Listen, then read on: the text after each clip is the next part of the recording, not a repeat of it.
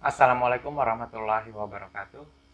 Baiklah adik-adik sekalian, kembali lagi pada pertemuan ke-6 yang saya rapel dengan pertemuan ke-7 pada materi fisika kuantum, yaitu efek fotolistrik dan hamburan kuantum. Kedua konsep ini sangat tepat untuk dirapel karena memang saling melengkapi antara konsep efek fotolistrik dan hamburan kuantum. Nanti di belakang kita jelaskan apa perbedaan antara efek fotolistrik dan hamburan kuantum tersebut.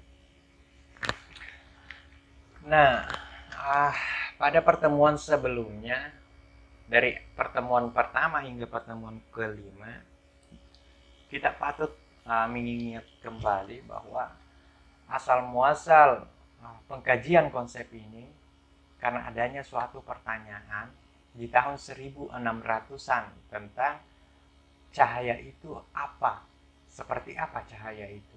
Cahaya itu sehingga muncullah hipotesis bahwa cahaya itu adalah suatu partikel, dan ada hipotesis yang menyatakan bahwa cahaya itu adalah suatu gelombang. Nah, karena munculnya perdebatan itu sehingga muncullah beberapa konsep, beberapa teori-teori yang digagaskan oleh ilmuwan-ilmuwan pada masa itu.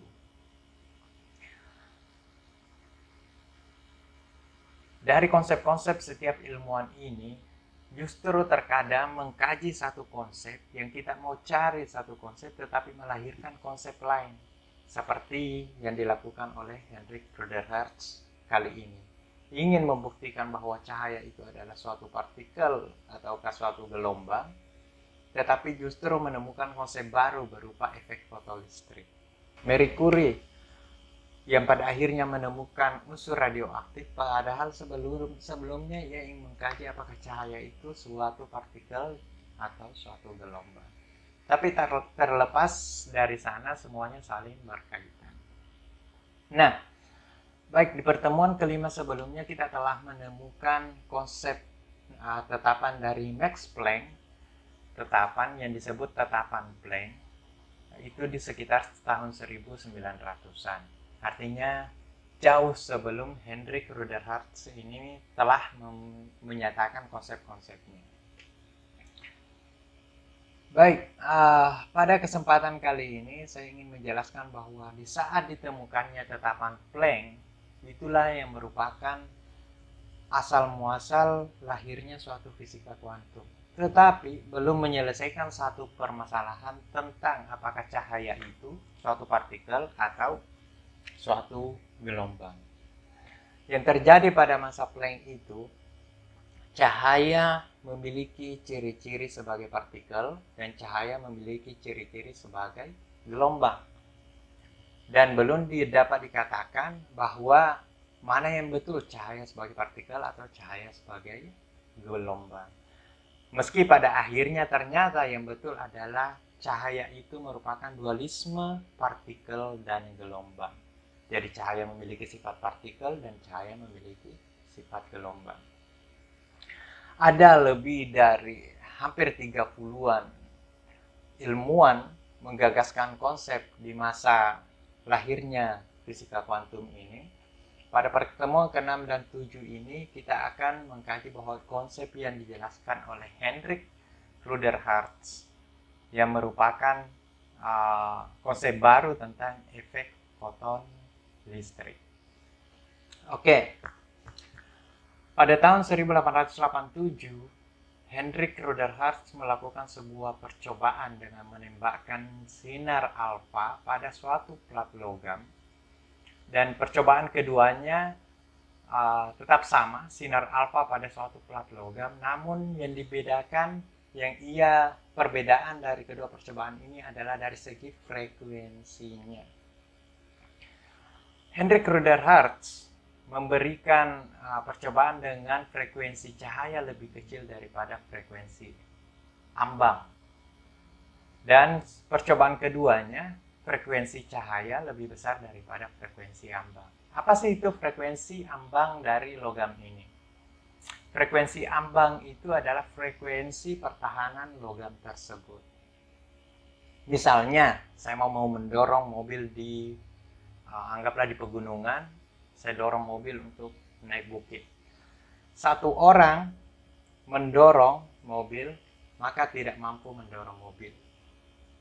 Mobil itu belum bergerak atau dianggap diam.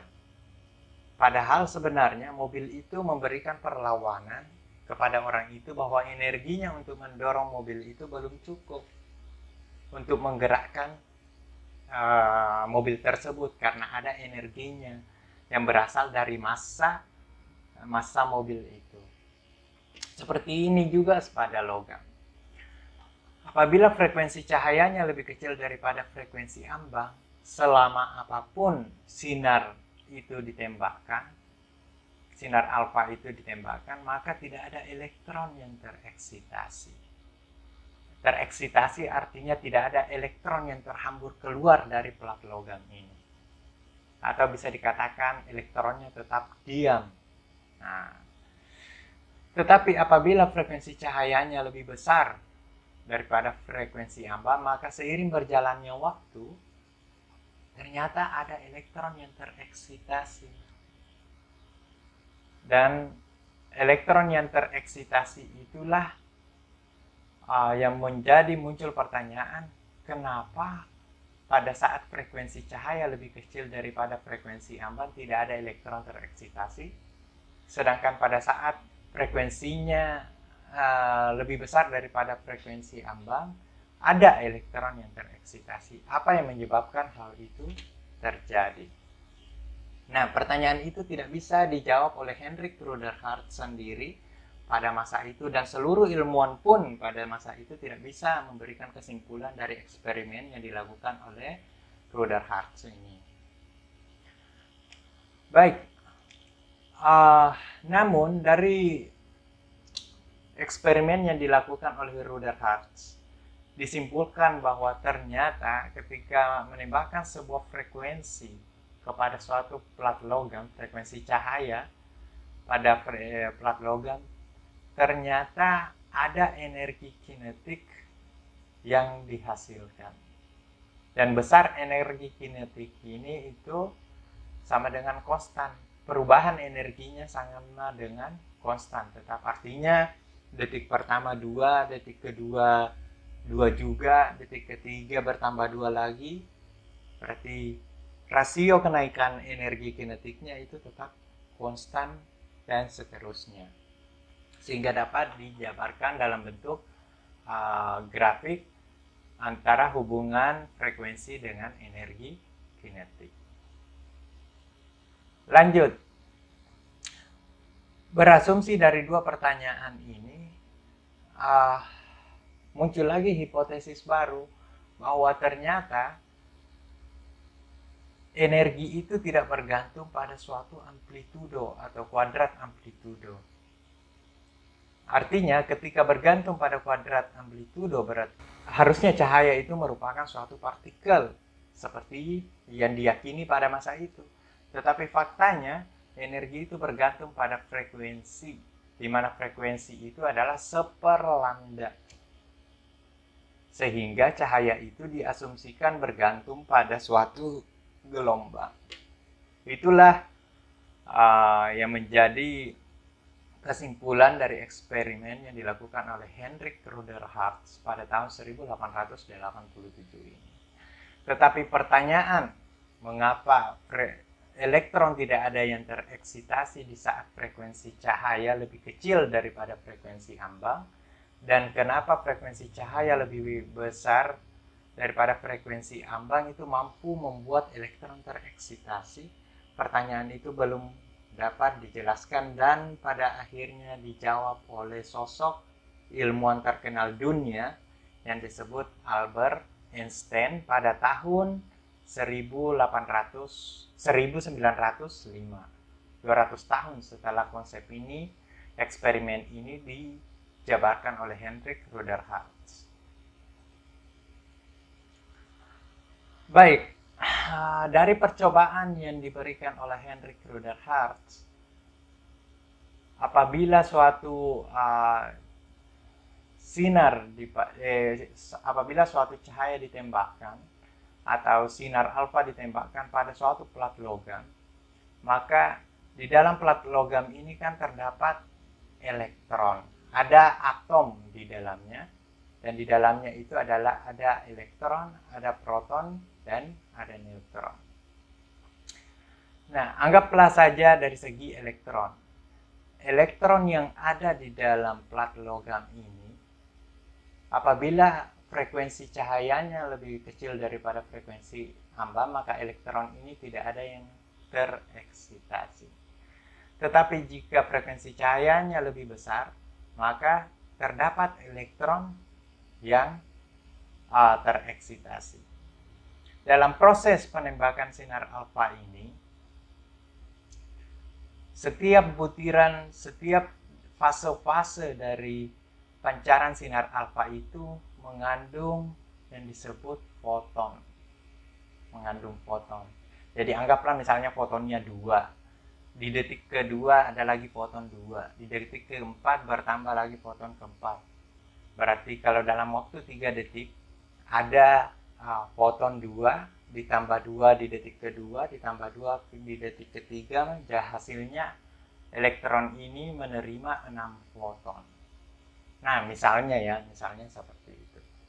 Sehingga setelah melewati kemampuan elektron ini untuk menahan, itulah yang disebut frekuensi ambang, maka elektron itu akan tereksitasi atau terhambur. Eksitasi artinya terhambur keluar. Oke. Pertanyaan mengenai bagaimana frekuensi cahaya apabila lebih besar daripada frekuensi ambang mampu mengeksitasi suatu elektron, akhirnya dijawab oleh Albert Einstein pada tahun 1905. Di mana pada masa itu Albert Einstein sependapat dengan apa yang diungkapkan oleh Planck. Planck yang menyatakan bahwa energi itu bersifat diskret. Jadi energi itu bersifat diskret dan tidak kontinu lagi. Seperti pada masa klasik kita berasumsi bahwa energi itu kontinu. Tetapi kalau di masa Planck ini energi itu bersifat diskret. Dan besarnya energi itu sebesar EHF. Artinya H ini adalah tetapan Planck dan F ini adalah frekuensi. Nah, dari sini bisa disimpulkan bahwa munculnya kata frekuensi ini menunjukkan adanya suatu ciri-ciri bahwa elektron itu, cahaya itu adalah suatu gelombang.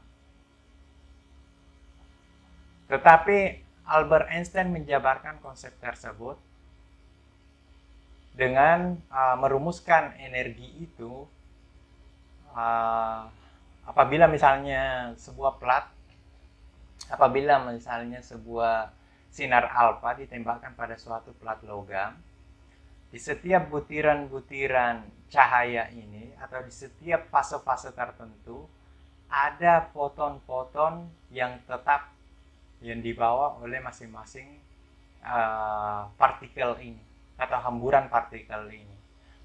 Nah, saat cahaya ini menumbuk elektron yang terdapat pada logam, di fase-fase tertentu atau di frekuensi-frekuensi tertentu elektron itu akan terhambur karena elektron ini menerima suatu energi yang disebut energi kinetik.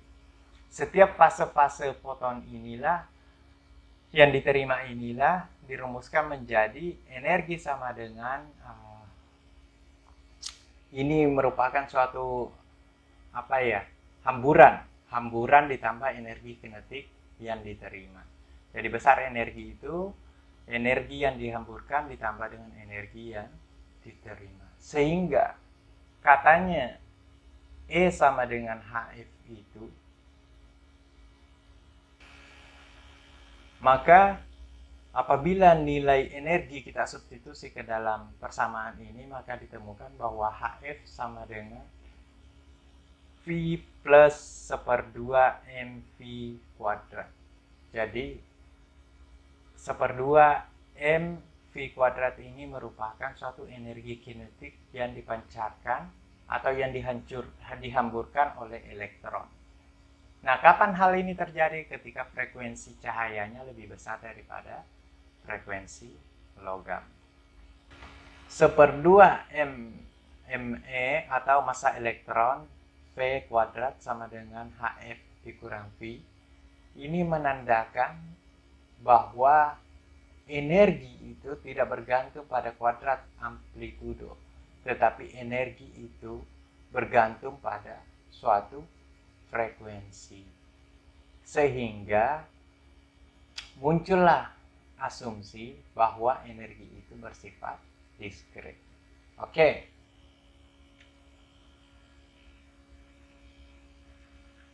Selanjutnya kita akan membahas tentang hamburan Compton pada tahun 1923.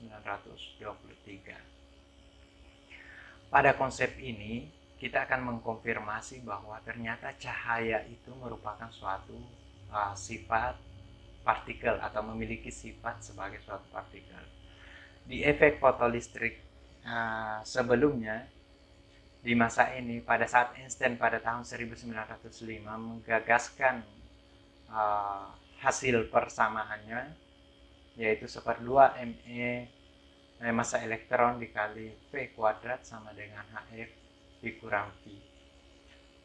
Di sini kita memunculkan bahwa ternyata cahaya itu dapat dibuktikan bahwa cahaya itu memiliki sifat sebagai gelombang. Tetapi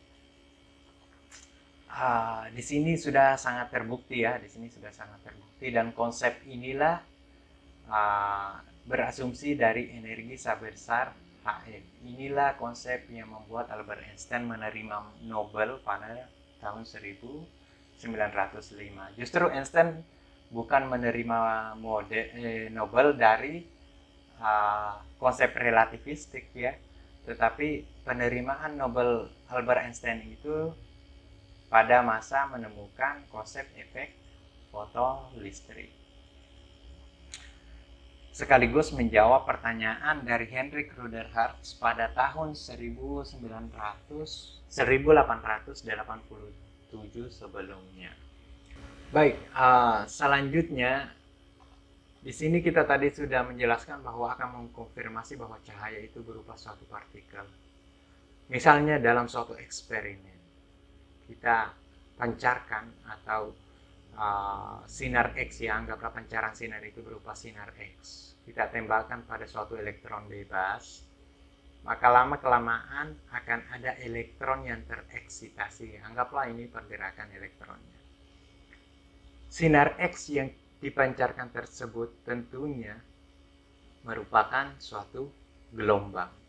Dengan frekuensi tertentu, berarti dia adalah merupakan suatu gelombang sebesar lambda.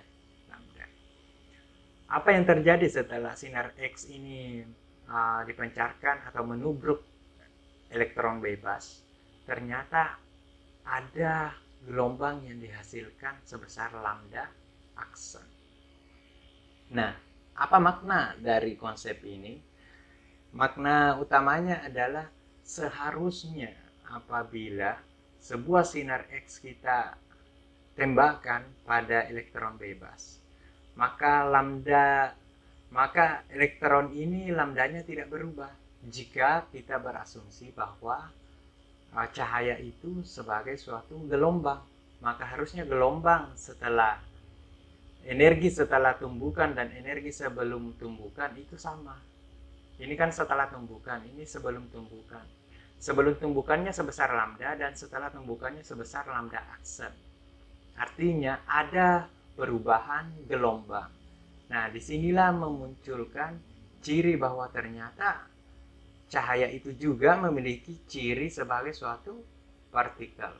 Nah, inilah perbedaan hamburan Compton dengan efek fotolistrik. Meski hasil yang dihasilkan nantinya pada hamburan Compton ini sama juga konsep itu, tetapi sama juga dengan konsep efek fotolistrik, tetapi di sini membuktikan bahwa cahaya itu memiliki sifat sebagai suatu partikel.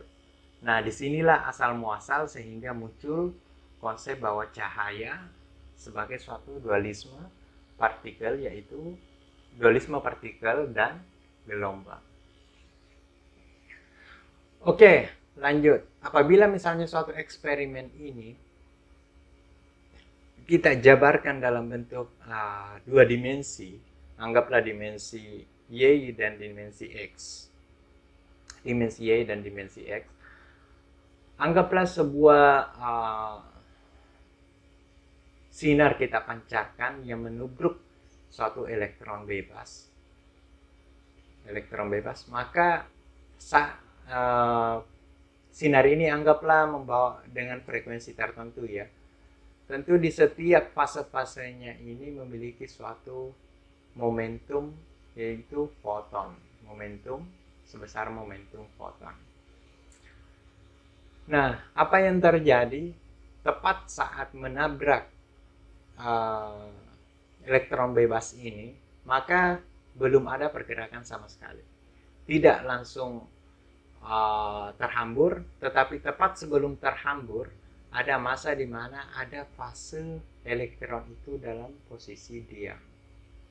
Tidak ada elektron yang tereksitasi. Nah, namun seiring berjalannya waktu, ketika misalnya pancaran sinar alfa ini menubruk suatu elektron bebas, maka akan ada elektron yang tereksitasi yang bisa dijabarkan bahwa dalam dua dimensi, anggaplah di sini di dimensi V, itu menghasilkan suatu elektron dengan momentum foton aksen. Jadi di sini anggaplah PF dan di sini PE. Tapi perubahannya itu sebesar PE aksen dan PF aksen. Kenapa? Karena lambdanya berubah. Oke. Nah, pada posisi diam, momentum foton yang dihasilkan itu sama dengan momentum elektron aksen ditambah dengan momentum foton aksen. Nah, ini kita dari kedua analisis ini kita sudah dapat menganalisis ya. Ini selalu sebenarnya berkaitan dengan hukum kekekalan energi bahwa sebelum dan setelah tumbukan. Oke, jika persamaan ini kita turunkan bahwa momentum itu sama dengan Hf per C, di mana Hf itu adalah energi ya. Karena momentum itu sebenarnya E per C, artinya Hf per C. Karena nilai energi yang disebutkan Einstein sebelumnya sebesar EHF, maka momentum ini sebenarnya merupakan suatu energi. Ada energi sebesar Hf per C. Yang kita analisis pertama adalah tepat saat momentum foton yang menubruk suatu elektron itu masih dalam posisi diam atau tidak ada elektron tereksitasi. Jadi kita menganalisis dulu sisi ini. Pada posisi ini kita menemukan bahwa momentum itu sama dengan Hf per C. Sehingga dapat dihasilkan bahwa momentum elektron sebelum tumbukan itu sama dengan momentum foton dikurang momentum foton setelah tumbukan PF aksen kuadrat. Inilah penjabarannya. Dan apabila konsep ini kita jabarkan lebih mendalam, maka ditemukan bahwa momentum elektron setelah tumbukan kuadrat sama dengan PF kuadrat dikurang PF aksen kuadrat. Artinya kalau ada kata aksen, itu menandakan bahwa setelah tumbukan. Di grafik pertama, ini setelah tumbukannya masih belum terlalu nampak pergerakannya, atau bisa dikatakan bahwa elektron ini masih dalam posisi diam. Kenapa? Karena ada frekuensi ambangnya. Dia menerima dulu energi, nanti energinya lebih besar atau frekuensinya lebih besar, nah barulah ada elektron yang tereksitasi sebesar energi kinetik seperti yang dijabarkan oleh Hertz. Namun pada posisi pertama ini belum terjadi eksitasi, masih elektronnya masih dalam posisi diam. Apabila persamaan ini kita jabarkan, maka dapat ditemukan bahwa momentum pada saat elektron itu posisi diam, massa elektron itu masih dalam posisi diam, maka momentum itu sama dengan H kuadrat per C kuadrat dikali dengan F kuadrat ditambah F aksen kuadrat dikurang 2F aksen cos theta. Oke. Nah, inilah hasil penjabaran untuk energi pada masa untuk tumbukan atau momentum pada saat elektron itu masih dalam kondisi diam. Nah, selanjutnya bagaimana jika kita menganalisis momentum foton dan momentum elektron setelah tumbukan, setelah terdapat elektron yang tereksitasi, yaitu sebesar momentum foton aksen dan PE aksen. Jadi ini persamaan ini untuk dalam posisi diam, tetapi kita akan mengkaji dalam posisi yang kedua ini di grafik ini. Maka kita akan menghasilkan energi mula-mula itu kan sebesar MEC kuadrat. Energi ini kan ini teori relativistik ya. Energi mula-mulanya artinya kalau E0 berarti sebelum tumbukan ya. Energi mula-mulanya sebesar MEC kuadrat. MC kuadrat boleh juga.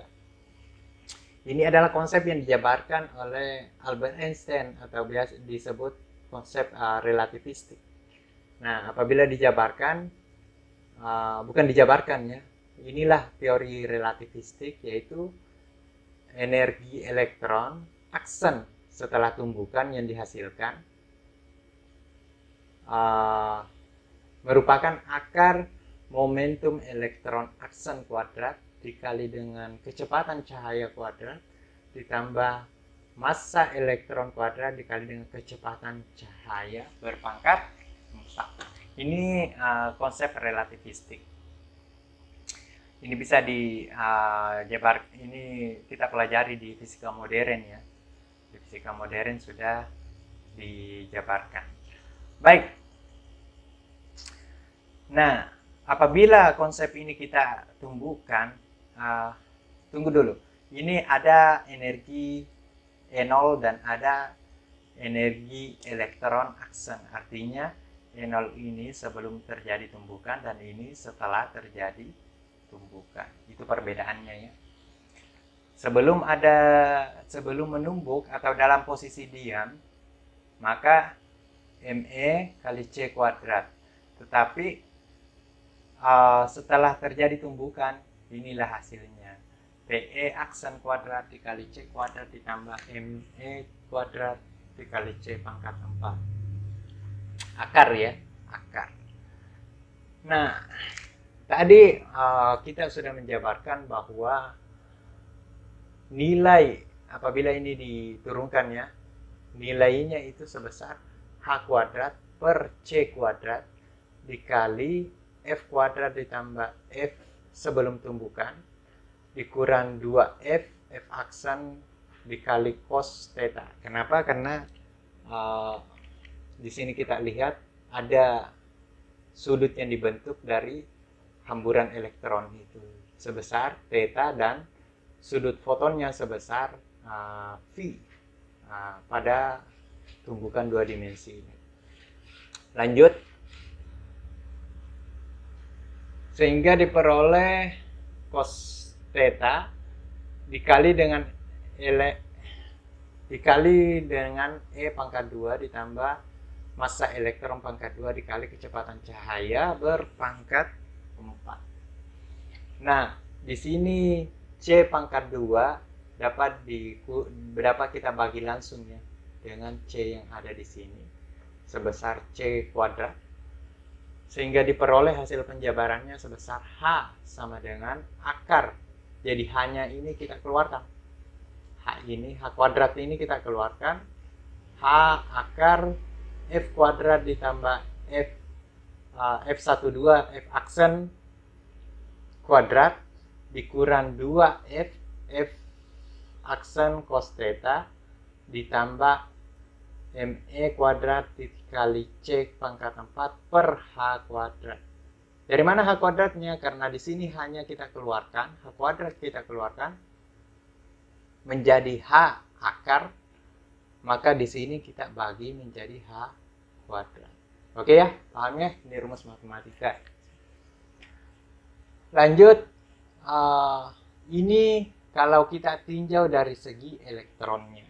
Jadi masih peninjauannya ini dari segi momentum elektron setelah tumbukan. Di posisi ini ya, di posisi X hubungan X dengan Y, di mana elektron yang dihamburkan itu menghasilkan momentum setelah tumbukan sebesar ME, momentum elektron aksen. Oke, nah bagaimana energi elektron setelah tumbukan? Maka dihasilkan sebesar ini ya, yang kita jabarkan sebelumnya. Lantas bagaimana momentum foton? Momentum foton setelah tumbukan itu. Yang ini hanya untuk momentum elektronnya, tetapi ini untuk momentum fotonnya kita analisis. E sama dengan HF. Ini kan konsep awal yang dijabarkan Albert Einstein tentang efek fotolistrik, yaitu energi sama dengan tetapan Planck dikali dengan suatu frekuensi. Pada tahun 1905 sebelumnya. Dan energinya setelah tumbukan, ini energi sebelum tumbukan foton itu ya, energi fotonnya sebelum tumbukan itu sebesar HF. Nah, loh kok beda ini Pak? Iya, karena ini energi elektron. Energi elektron itu tentu ada massa elektron. Massa elektron dikali kecepatan cahaya kuadrat. Kalau di sini foton, maka karena sifatnya foton, berarti ada pancaran, ada tetapan Planck yang kita gunakan. Ini sudah dijelaskan di pertemuan kelima. Bagaimana Max Planck menemukan tetapan Planck ini dari pembuktian konsep Stefan Boltzmann. Nah, jadi sebelum tumbukan besar energi foton. Jadi kita menyebutnya energi foton. Kalau di sini tadi kita menyebut energi elektron. Energi foton sama dengan HF. Dan energi foton setelahnya tumbukan, jadi ketika ada kata aksen itu menandakan setelah tumbukan, sama dengan HF aksen. Nah, bagaimana kalau kita jabarkan? Kita kaitkan dengan hukum kekekalan energi. Jadi kita kaitkan dengan hukum kekekalan energi, yaitu energi setelah tumbukan dan energi sebelum tumbukan, atau kebalik ya, energi sebelum tumbukan dan energi setelah tumbukan itu sama. Maka dihasilkan E tambah E0 sama dengan E aksen tambah E elektron aksen. Jadi ini energi foton ditambah energi elektron sama dengan energi foton setelah tumbukan ditambah energi elektron setelah tumbukan. Jadi ada dua ya, foton dan elektron. Ini kalau berdasarkan hukum kekekalan energi harusnya sama. Nah, baik. Kita buktikan apakah betul sama. Nah, dan ternyata yang dihasilkan katanya energi foton sebelum tumbukan itu kan sebesar HF. Tadi kita telah menuliskan, tidak apa-apa saya perlihatkan kembali. Energi E sama dengan HF. Ini setelah tumbukannya, fotonnya. Tetapi energi elektron sebelum tumbukan itu MeC kuadrat. Nah, kita substitusi masuk. MeC kuadrat sama dengan energi foton setelah tumbukan, yaitu HF aksen. Tadi sudah saya kasih lihat ya. Mungkin lebih diperhatikan nantinya. Atau video ini bisa diulang-ulang. Ditambah, bagaimana energi elektronnya setelah tumbukan? Itu sama dengan H akar F kuadrat ditambah F aksen kuadrat dikurang 2F aksen cos theta ditambah ME kuadrat C pangkat 4 per H kuadrat. Loh, dari mana ini Pak? Kok bisa kita dapat panjang sekali? Ini tadi sudah saya jelaskan. Bahwa ternyata energi elektron setelah tumbukan itu sebesar ini. Jadi ini energi elektron setelah tumbukan. Nah, kita gabung. Kita gabung, masukkan substitusi dalam mensubstitusi masuk energi elektron setelah tumbukan. Inilah hasilnya. H akar dan seterusnya. Oke, lanjut. Bagaimana jika ini kita selesaikan? Maka kita dapatkan bahwa F dikali dengan frekuensi aksen sama dengan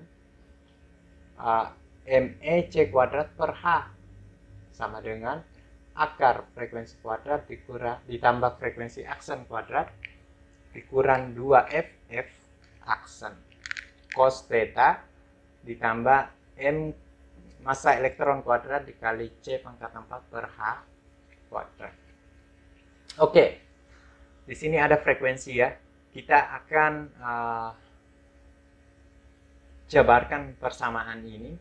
Jika ini kita selesaikan, maka ditemukan bahwa F dikali F aksen ditambah massa elektron C kuadrat per H kuadrat keseluruhannya dipangkat 2-kan sama dengan F kuadrat ditambah F aksen kuadrat dikurang 2F F aksen cos theta ditambah ME kuadrat C pangkat 4 per H kuadrat. Nah, sehingga diperoleh F kuadrat ini artinya kita jabarkan persamaan yang ini ya. Didapatkan kita hanya sampai sejauh ini kita hanya menjabarkan persamaan ini dan tidak ada yang disubstitusi kecuali di sini tadi nilai ini aja yang kita substitusi. Tetapi di sini tidak ada konsep yang kita substitusi, ini adalah penjabaran matematisnya. Didapatkan F kuadrat dikurang 2F F aksen ditambah 2ME C kuadrat per H dan seterusnya. Dan di sini kita bisa saling mengeliminasi antara F kuadrat ini. F kuadrat kita eliminasi dengan F kuadrat yang ada di sini. Terus apalagi yang dieliminasi? F aksen kuadrat, karena ini sama dengan ya. Artinya ini sebelum dan setelah tumbukan. F aksen kuadrat kita eliminasi dengan F aksen kuadrat yang ada di sini dan begitu pun ME kuadrat dikali C pangkat 4 per H kuadrat tereliminasi pun. Maka diperoleh bahwa minus 2F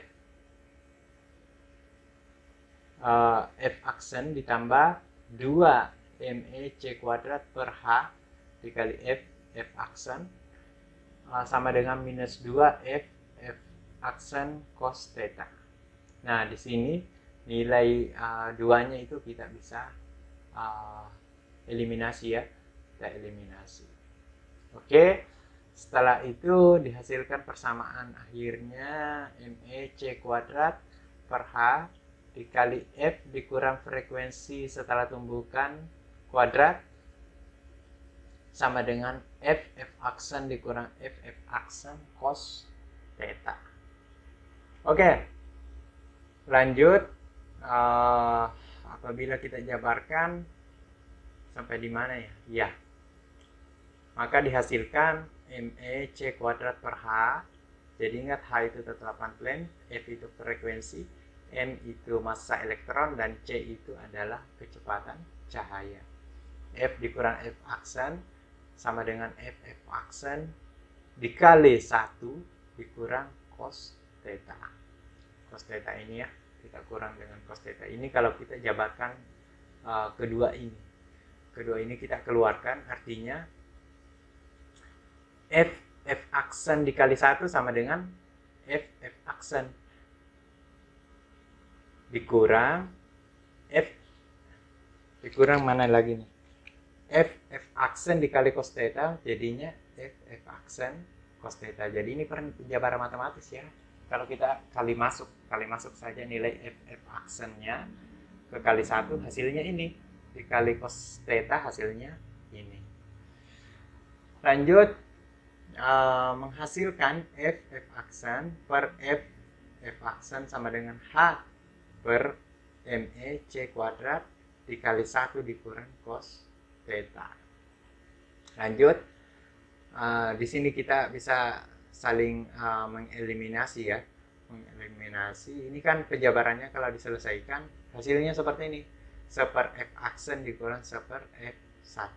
Ini kan F aksen kali silang ya, karena di sini ada tanda minus. Tanda minus. Jadinya seper F aksen dikurang seper F sama dengan H per ME C kuadrat dikali 1 dikurang cos theta. Apa hasilnya?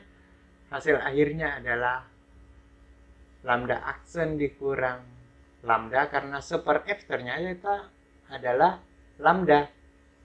Karena aksen berarti lambda aksen dikurang lambda sama dengan H per ME C kuadrat dikali 1 dikurang cos theta. Nah, dari sinilah akhirnya kita menemukan suatu penjabaran bahwa ternyata gelombang setelah besar gelombang setelah tumbukan dan gelombang setelah dikurang gelombang setelah tumbukan itu sebesar H per ME C kuadrat dikali 1 dikurang cos theta. Ini adalah tetapan Planck. Biasanya kalau tetapan itu tetap ya, tetapi masing-masing unsur tetapannya berbeda. Jadi kita memasukkan tetapan Planck-nya berbeda di masing-masing unsur-unsur tertentu. Oke, sampai di sini jelas ya. Apalagi ada yang mau ditanyakan bisa lewat grup WA, bisa juga pada kolom komentar berikut ini. Coba kita periksa kembali apa yang terlewat. Tek. Gak ada ya, gak ada. Saya kira sudah sangat jelas sampai di sini. Nah, ini dah yang dimaksud 1/2 mv kuadrat sama dengan HF dikurang V. Dan ternyata di efek foton listrik ini energi kinetik itu ada energi kinetik yang dihempurkan dari elektron. Ada elektron yang terhambur yang menghasilkan suatu energi kinetik. Dan energi itu bersifat diskret. Dan ternyata cahaya itu memiliki suatu konsep sebagai suatu partikel dan memiliki konsep sebagai suatu gelombang. Nah, ini pembuktiannya kalau sebagai partikel, tetapi di efek fotolistrik kita buktikan bahwa cahaya itu merupakan suatu gelombang. Sehingga pertanyaan-pertanyaan yang muncul dari para ilmuwan pada masa tahun 1880-an ya, pada saat Hendrik Ruther Hertz melakukan sebuah penembakan pada plat logam tersebut terjawab. Saat frekuensi ambang lebih kecil daripada frekuensi cahaya atau frekuensi cahaya lebih besar daripada frekuensi ambang, ternyata ada elektron yang tereksitasi, dan ya proses elektron tereksitasi itu dijabarkan melalui efek fotolistrik dan hamburan Compton, sekaligus menjadi cikal bakal asal muasal munculnya suatu konsep dualisme partikel dan gelombang. Ternyata cahaya itu adalah partikel juga dan gelombang juga. Oke, sampai di sini untuk pertemuan kita kali ini. Jika ada yang kurang ditanyakan, ada yang kurang jelas, silahkan ditanyakan. Lebih dan kurangnya mohon dimaafkan. Wassalamualaikum warahmatullahi wabarakatuh.